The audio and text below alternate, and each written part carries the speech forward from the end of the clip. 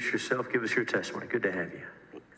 My name is Stephanie Looper, and I'm a trustee for Bullard ISD. As a member of the Texas Association of School Boards, I'm here representing myself and TASB to testify in opposition of Senate Bill 175.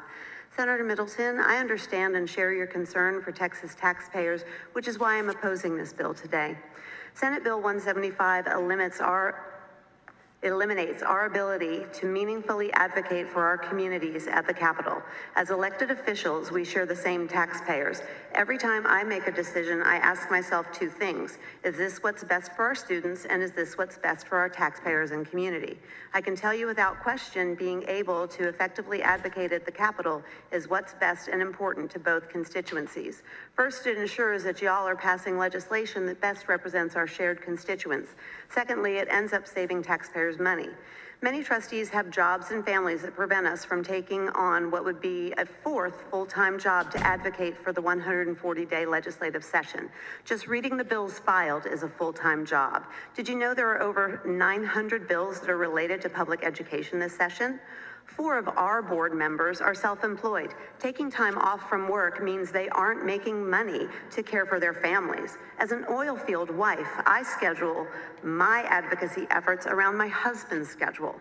Bullard is a 4-hour drive, so traveling here for a short notice meeting isn't possible for me or most anyone who lives in my region. Without TASB, we'd lose our voice in those moments. Fiscally speaking, my last training trip to Austin cost my district about $900. If I were to be here for 140 days, it would cost my district well over $50,000.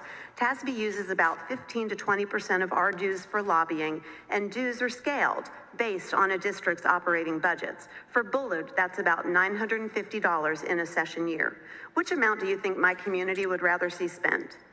Just as you rely on staffers and interns, school boards rely on associations like TASB to provide assistance in a plethora of ways.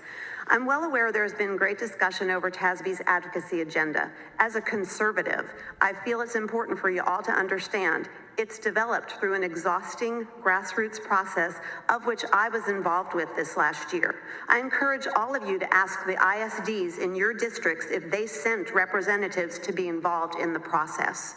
The employees of TASB do not create the advocacy agenda. The board members that show up do.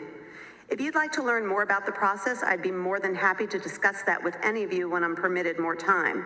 I'm most concerned with the notion that this bill was written with the intent to protect taxpayers, yet it seems it will silence the voices of school districts and their communities across the state, which is why I respectfully ask for you to oppose Senate Bill 175 so that we may continue to effectively and efficiently represent our communities. If the intent is to protect taxpayers, how does taking away their voice protect them? Thank you. I'd be happy to answer any questions.